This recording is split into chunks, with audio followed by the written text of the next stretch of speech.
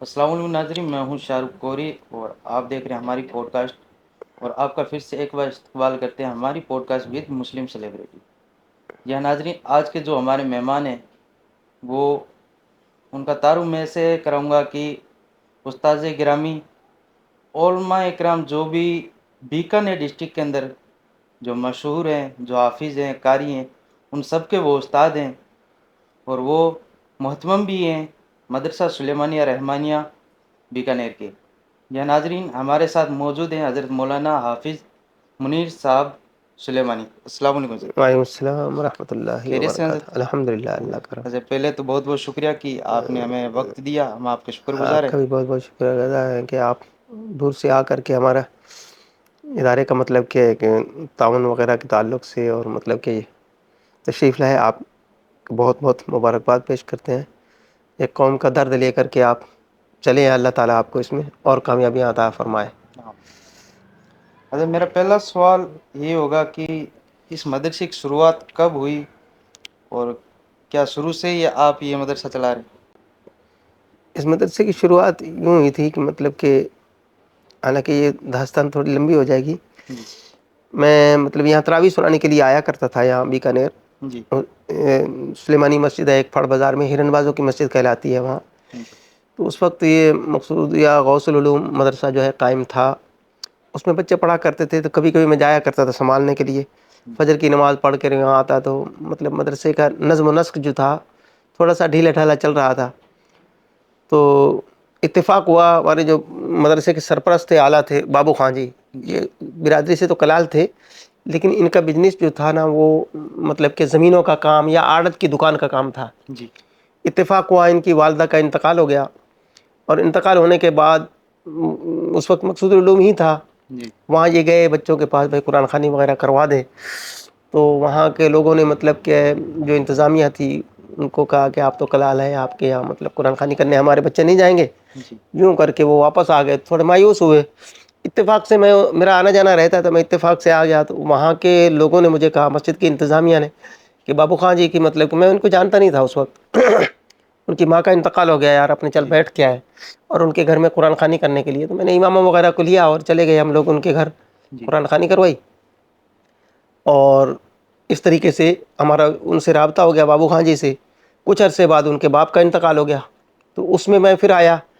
تو پھر ان کے گھر قرآن خوانی کی۔ تو بابو خان جی کے دماغ میں یہ ہو گیا کہ یار ہم لوگوں کا کیا ہے کہ ہماری قوم کے اندر تو کوئی پڑھا لکھا ہے نہیں، اور باہر جو پڑھے لکھے ہیں وہ ہم سے اتنے دور ہیں جی کہ ہمارے گھر قرآن بھی نہیں پڑھا سکتے، مرنے والوں کے لیے کوئی احسان ثواب بھی نہیں کروا سکتے، تو کیوں نہ یہ قدم اٹھایا جائے کہ کوئی مدرسہ قائم کیا جائے۔ جی تو بابو خان جی مطلب کہ وہاں میں گاؤں چلا گیا، میں اس وقت کھیتی باڑی کا کام کرتا تھا، تو میرے ابو نے مطلب کیا ہے کہ اس وقت اکیلے ہی تھے تو تھوڑا سہارا تھا، میں بھی بیمار ہوا تھا پہلے، تو بعد میں کھیتی باڑی میں لگ گیا۔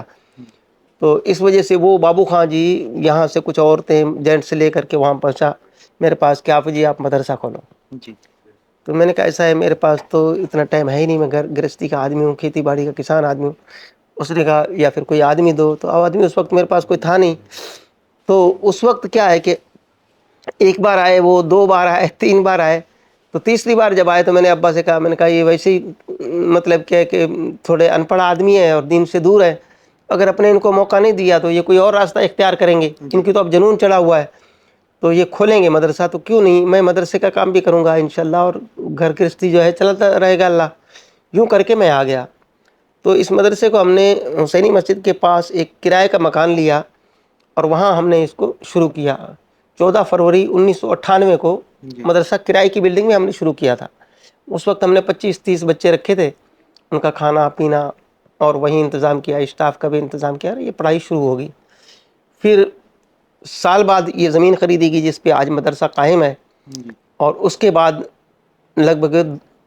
2000 میں پہلا جلسہ ہوا تھا اپنا دارالعلوم کا، اس میں 2-3 حافظ نکلے تھے، قاری نکلے تھے کچھ، اور اس طریقے سے پھر مفتی اعظم راجستھان کے ہاتھوں اس کی سنگ بنیاد رکھی گئی، جی اور اس طریقے سے یہ مدرسے کا کام شروع ہو گیا، اور آج تک آپ کی دعاؤں سے، اللہ کے کرم سے، بزرگان دین کے فیضان سے چل رہا ہے، اور ہمیشہ رواں دواں ہے ماشاء اللہ۔ ماشاء جی اللہ۔ کچھ لوگ کہتے ہیں کہ حافظ صاحب کے پاس جو گاڑی ہے، جی گھر ہے، جی جی وہ مدرسے کے روپے سے ہیں۔ ایسا کچھ نہیں ہے، الحمدللہ اللہ کا کرم ہے۔ مدرسے کا باقاعدہ شروع دن سے 10 سال تک مدرسہ جو چلا نا، جی اس کا حساب کتاب بابو خان جی کے پاس تھا، میں صرف چندہ کرتا اور ان کو حساب دے دیتا، جی اور وہ مدرسے کے اندر مطلب کیا ہے، وہ پیسہ جو لگتا باقی بینک سے آتا اور بینک سے ہی جاتا۔ آج بھی میرے پاس مدرسے کا حساب نہیں ہے۔ جی مدرسے کا حساب جو ہے حافظ عارف صاحب ہیں، اور بیچ میں ایک سلیمان جی تھے ڈی سپاہی، جی 8-10 سال انہوں نے حساب رکھا، ان کے پاس حساب تھا۔ اس کے بعد کیا ہوا کہ پھر مطلب کیا ہے کہ حافظ عارف کے ذمہ لگا دیا، اب 3-4 سال سے حافظ صاحب ہی کرتے ہیں، اور باقاعدہ اس کا لین دین جو ہوتا ہے، پیسہ جو آتا ہے وہ اکاؤنٹ میں جمع ہوتا ہے، اکاؤنٹ سے ہی مطلب کہ پیسہ خرچ ہوتا ہے، جتنا بھی خرچ ہوتا ہے وہ بینک دوارا چیک دوارا ہی خرچ ہوتا ہے۔ جی اور رہا سوال جہاں تک کہ حافظ جی کی گاڑی کا مسئلہ جو ہے، گاڑی جو کیمپر گاڑی تھی پہلے 2008 میں ہم نے خریدی تھی، وہ مدرسے کے پیسے سے خریدی تھی، اور مدرسے کے پیسے سے ہی چلتی رہی وہ۔ جی ابھی 2 سال پہلے گاڑی کا مطلب کھڑی رہنے کا مطلب کھڑے کھڑے مطلب ٹائر خراب ہو جاتے، ہم نے یہ سوچا گاڑی کو بیچ دی جائے، اور پرانی بھی ہو گئی تھی کیونکہ ایکسپائر ہو رہی تھی، 2003 ماڈل تھی وہ، جی اور آج 2024 چل رہا ہے، جی تو ایکسپائر ہو رہی تھی، تو اس کو بیچ دی 1.5 لاکھ روپے میں، لی تھی ہم نے 2,32,000 میں، اور 1.5 لاکھ میں اس کو بیچ دی۔ بیچنے کے بعد اس کے بعد اب جو گاڑی ہے یہ میری پرسنل ہے، اور میری خود کی نہیں ہے، یہ میرے بیٹے نے خریدی ہے، اور وہ آسٹریلیا رہتا ہے میرا بیٹا، جی اس نے لون پہ لی ہے، کچھ لون ہے اور کچھ کیش کر کے یہ گاڑی اسی نے خریدی ہے، میرا گاڑی میں کچھ نہیں ہے۔ رہا سوال مکان کا، تو مکان جو ہے وہ بھی میں نے مطلب کہ اپنا ذاتی پیسے سے مکان خریدا ہے، دارالعلوم کا ایک نیا پیسہ بھی اس میں خرچ نہیں ہوا۔ اب بدگمانی ہے، لوگ جیسا چاہیں کہہ سکتے ہیں، جی کیونکہ اب جب مدرسے کا کوئی بھی کام، مدرسے کا ہو، مسجد کا ہو، یا دین کا کوئی بھی کام ہو، یہ الزام تو رہتا ہی ہے کہ جو کام کرتے ہیں ان پر الزام تو یہ رہتا ہے، اس کو تو رد نہیں کیا جا جی سکتا، بہم کا کوئی علاج نہیں ہے۔ باقی ہمارا جو بھی 1998 سے لے کر کے آج تک کا جو حساب ہے جی باقاعدہ مطلب کہ وہ ریکارڈ پر ہے، آن لائن ہے، چاہے جو دیکھ سکتا ہے، اور ہمارے منیم میں مطلب پھڑ بازار میں بیٹھتے ہیں ان کے پاس سارا، اور پھر یہ مدرسہ رجسٹریشن بھی ہے، 1998 میں ہم نے رجسٹریشن کروا لیا تھا، ابھی یہ پرکریا چل رہی ہے، ہمیں ٹیکس چھوٹ بھی ملی ہوئی ہے، اس میں ہمیں ہر سال حساب دینا پڑتا ہے، اور ابھی جو ہے دیوستھان سے ہم لوگ اور رجسٹر کروا رہے ہیں اس مدرسے جی کو، عنقریب تھوڑے دنوں میں انشاءاللہ وہ بھی پرکریا ہماری چل رہی ہے، اللہ نے چاہا تو وہ بھی ہو جائے گا۔ یہ بدگمانی ہے لوگوں کی کہ بھئی حافظ جی جو ہے، جبکہ اللہ کا احسان عظیم ہے، میری کھیتی باڑی ہے اور میری خود کی 36 بیگھہ زمین ہے، اور پھر میں یہاں گائے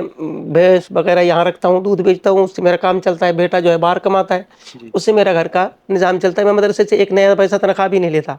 جی جب سے مدرسے میں آیا ہوں فی سبیل اللہ خدمت کر رہا ہوں، اور جبکہ سارے مدرسوں میں لوگ لیتے ہیں تنخواہ، مجھے بھی کوئی منع کرنے والا نہیں ہے، جب میں دوسروں کو دیتا ہوں تو میں بھی لے سکتا ہوں، بیش لیکن مجھے اللہ نے دال روٹی دے رکھی ہے، میں اسی کو غنیمت سمجھتا ہوں، اور جب تک میرے بس چلے گا میں فری سیوا کرتا ہوں، پھر کوئی ایسی نوبت آئے گی تو جب دوسروں کو دے رہے ہیں تو اپنا بھی حق ہے، اپنے اس میں لے بھی سکتے ہیں، کوئی منع بیش بھی نہیں ہے، لیکن آج تک جب تک میری گاڑی اللہ چلا رہا ہے تب تک میں مدرسے سے کوئی پیسہ نہیں لیتا، اور نہ ہی مدرسے کا پیسہ جو ہے میں ہاتھ میں رکھتا ہوں، جیسے چندہ ہوتا ہے وہ جمع ہوتا ہے بینک میں، اور چیک دوارا مدرسے کا خرچ ہوتا ہے، جی یہ ہے۔ بس مدرسے کا نام سلیمانیہ رحمانیہ ہی کیوں رکھا گیا، اس کی کوئی خاص وجہ؟ اس کی خاص وجہ یہ تھی کہ پہلی بات تو ہم لوگ پیر صاحب جمال شاہ رحمۃ اللہ علیہ سے مرید ہیں، جی اور پیر صاحب جمال شاہ رحمۃ اللہ علیہ خواجہ شاہ سلیمان توسوی کے خاندان سے مرید بھی ہیں، جی اور خواجہ حافظ صدرالدین صاحب توسوی سے خلافت بھی ہے آپ کو، پیر صاحب جمال شاہ رحمۃ اللہ علیہ کو، تو سلیمانی سلسلے سے وابستہ ہیں، تو ہم نے خواجہ شاہ سلیمان توسوی کے یہاں مریدین بیکانیر میں، پالی میں، جودھ پور میں، باسنی میں ان کے کافی مرید تھے، جی تو ظاہر بات ہے کہ ادارے جو چلتے ہیں وہ چندے سے چلتے ہیں، بیش کوئی نہ کوئی نسبت ہوتی ہے، تو اپنے پیر کے نام سے لوگ جان قربان کرتے ہیں، تو پیسہ تو کوئی چیز ہی نہیں ہے، جی ایک یہ تھا، اور دوسرا کیا ہے کہ ہم نے ان 2 بزرگوں کے نام سے کیا تھا، ایک تو خواجہ شاہ سلیمان توسوی رحمۃ اللہ علیہ ان کے نام سے سلیمانی نام رکھا تھا، دوسرا کیا ہے یہ جو زمین ہے یہ رحمان شاہ بابا، یہ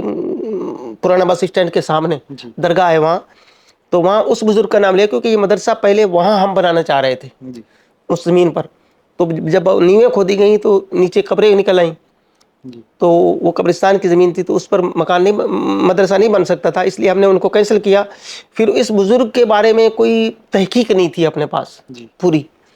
تو پھر ہم نے ان کو عبد الرحمن جامی رحمۃ اللہ علیہ اور خواجہ شاہ سلیمان توسوی رحمۃ اللہ علیہ سے منسوب کر کے اس مدرسے کا نام یوں رکھا، کہ